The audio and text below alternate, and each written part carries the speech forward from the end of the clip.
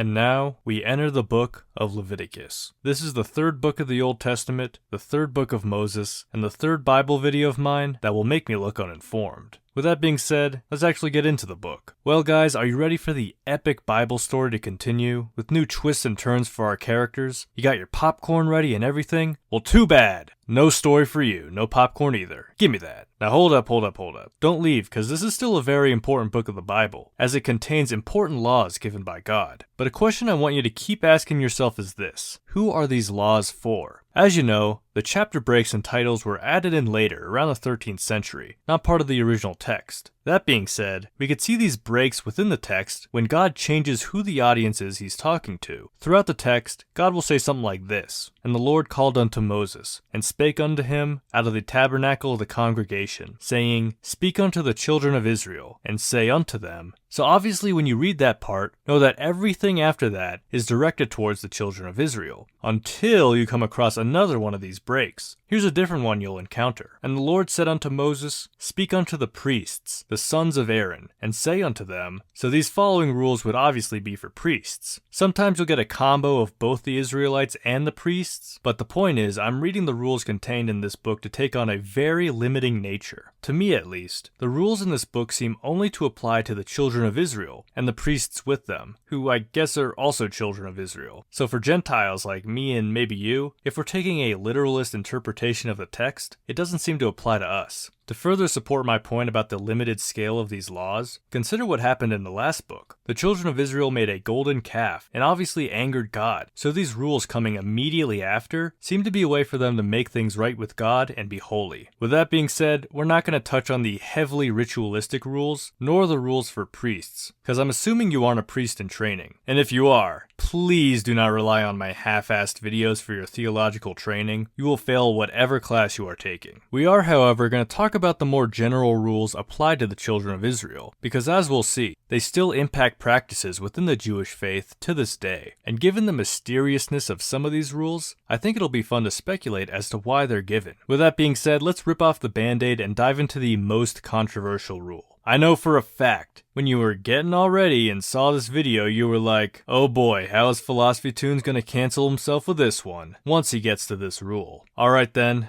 no more shying away. Let's talk about the rule against shellfish. "And all that have no fins and scales in the sea, and in the rivers, of all that move in the waters, and of any living thing which is in the waters, they shall be an abomination to you." Alright, now you listen here, and you listen good. Have you ever had the most perfect crab cake? If you ever find yourself down in Ocean City, Maryland, head over to the crab cake factory for one of the most precious experiences of your life. But here, God is telling the Israelites to not consume their flesh, in a later quote, but also just saying they're straight up abominations in this one. Why is that? Firstly, let's talk about the word abomination. It comes up a couple times when God is giving out laws in this book. Don't do this because it's an abomination, avoid this because it's an abomination, that sort of thing. But you look at a crab or a lobster and you think, is this thing really, objectively, to me, an abomination? I think the key here is that last part of the quote. They shall be an abomination to you. Perhaps God isn't saying Mr. Krabs and Larry the Lobster are objectively abominations, but he's saying that the children of Israel should view them as such, probably because it provokes an action. It's like if you knew someone was crazy, but your friend is thinking about asking them out, so you tell them that they're already taken to spare them the trouble. This isn't necessarily true, but if your friend believes it, they'll act as if it were true. But why would God want the Israelites to believe that shellfish are abominations, so that they don't eat them? I've written and rewritten pages of the script, trying to come up with a satisfactory explanation, with no success. Perhaps though, for these weirder laws, we could fall back on the explanation that God is trying to instill discipline and obedience. After all, in the last book, the Israelites broke one of the big 10 commandments, seemingly immediately after being given it. So perhaps rules like this that don't seem to make much sense are there for the purpose of fostering obedience. Or we could fall back on some cop-out answer but still valid answers that A, there's a historical aspect we're missing, or B, there's something only God knows that he's purposely withholding from us. Maybe there is something really bad about shellfish, but we're not able to see it. And instead of explaining it, God is simply telling the Israelites to trust him on this one. But look, I'm still new, so perhaps someone down in the comments has a good explanation for the shellfish situation. Also, it took me like 10 attempts back there to pronounce shellfish. shellfish situation. There are also laws that do make sense to us though, on both a practical and a moral level. Practically speaking, there's a whole section on cleanliness and hygiene, and while I'm not a doctor and don't know if these remedies are correct in a medical sense, it's at least being taken seriously. The King James language is actually kind of funny to read on this topic. Speak unto the children of Israel, and say unto them, when any man hath a running issue out of his flesh, because of his issue, he is unclean. I mean, imagine walking into the ER today and complaining that you have a running issue. Now, the cleanliness thing is a series of laws that make sense to us on a practical level. On a moral level, there's a whole section against incestuous relationships. There's rules against stealing, bestiality, lying, fraud, being mean to disabled people, being hateful. I mean, it's kind of incredible how after all these years that have passed, there's still so much here that is agreeable, even to our modern sensibilities. Yes, there are still some silly stuff, like not being able to go to the Red Lobster Shrimp Sensation event, and there's all the ritual sacrifice stuff that might fly past you. But for me, I'm still amazed about how much of this is still universally applicable. And let's not forget that this is where we get that famous line, "Thou shalt not avenge, nor bear any grudge against the children of thy people, but thou shalt love thy neighbor as thyself. I am the Lord." Okay guys, I wouldn't be a good... wait, let me rephrase that.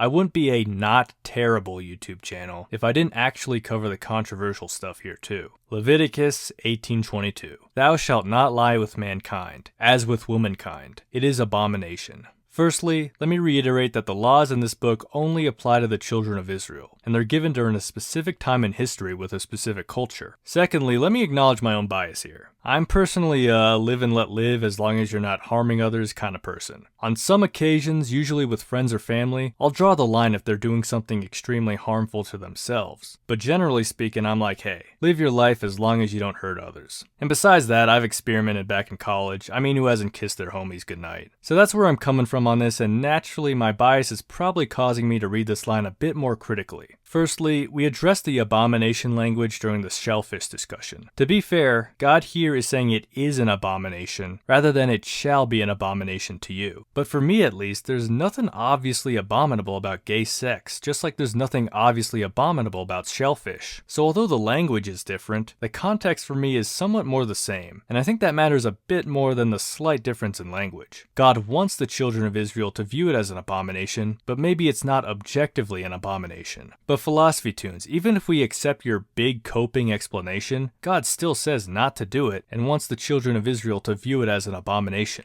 Why is that? Well, for this specific law, I think I got a good explanation. I mean, my shellfish coping was kinda weak, but for this one, I think I got something solid. Remember when we were talking about moral and practical laws? I know a lot of people might consider this to be in the realm of a moral law, but what if it's actually a practical law? What is God's goal at this time? He wants the children of Israel to get to the Holy Land and prosper as a people. How is this group of people going to prosper? By growing larger in size, aka procreation. Perhaps this law isn't a universal moral law saying something about the general morality of gay sex, but rather it's God desiring that the people of Israel focus on expanding their numbers so that they could prosper and better spread the glory of God. Side note, I'm using the phrase gay sex, not to be crude, but because the quote doesn't address lesbian relationships or homosexual relationships minus the sex. It's just gay sex. Yes, God calls it an abomination, but like you telling your friend that the crazy person is already taken when they're not, maybe this is just a convenient misdirection to achieve a further goal. But God doesn't play tricks like this and get people to believe false things. What about Abraham truly believing he was about to sacrifice his son Isaac? Was that not also a temporary misdirect to achieve a greater goal? When God split the sea to make it seem like it was safe to cross, and then released it on the Egyptians, was he then also not creating a false impression? Now, I do recognize that what I'm saying goes against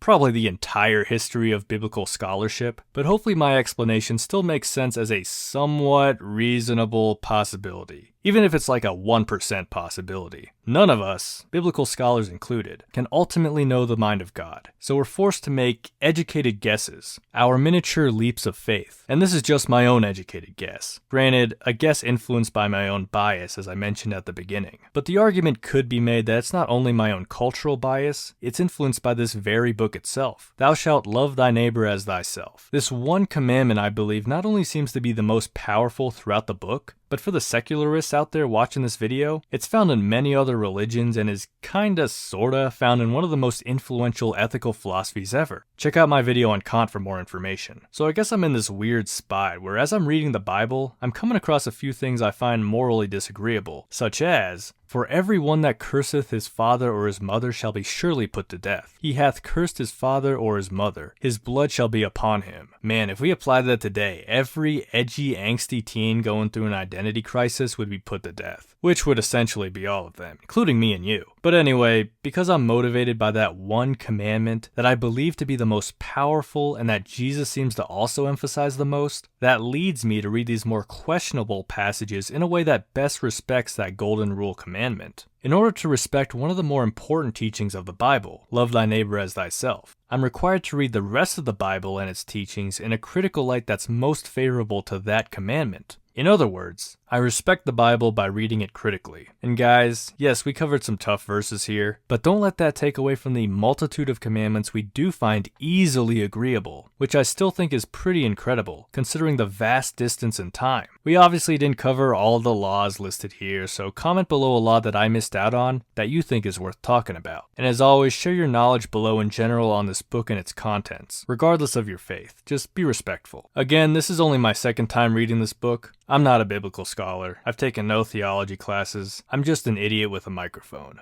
If you're enjoying yourself so far though, then be sure to subscribe, like, and hit the bell. I'm considering increasing the frequency of these Bible videos, so let me know if you'd like that change, or if you like how I schedule things now. And with that, my friends, I wish you all a beautiful rest of your day.